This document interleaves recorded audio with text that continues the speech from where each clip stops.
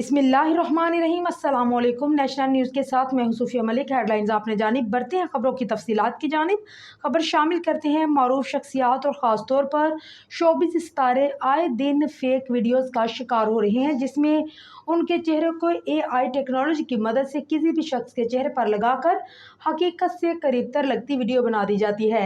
हालिया चंद माह में आर्टिफिशियल इंटेलिजेंस के खतरनाक टूल डीप फेक का शिकार होने में न सिर्फ भारतीय फनकारों के नाम शामिल है, बल्कि इस जाल में पाकिस्तानी सितारे भी फंसे नजर आ रहे हैं।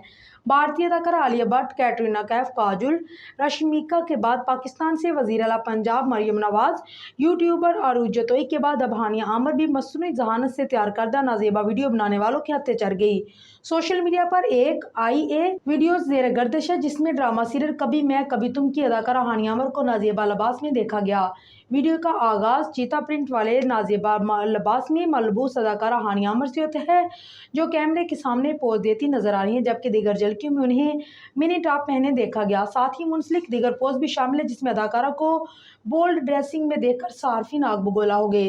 ताहम आकाब की नजरें जमाने वाले सार्फिन वीडियो देखने के साथ ही इस हकीकत जान गए कि क्योंकि कई जगहों पर जिस लड़की ने हानिया आमर के चेहरे को तब्दील किया था, वो कैमरे की सफाई में साफ जाहिर नहीं हो रहा था।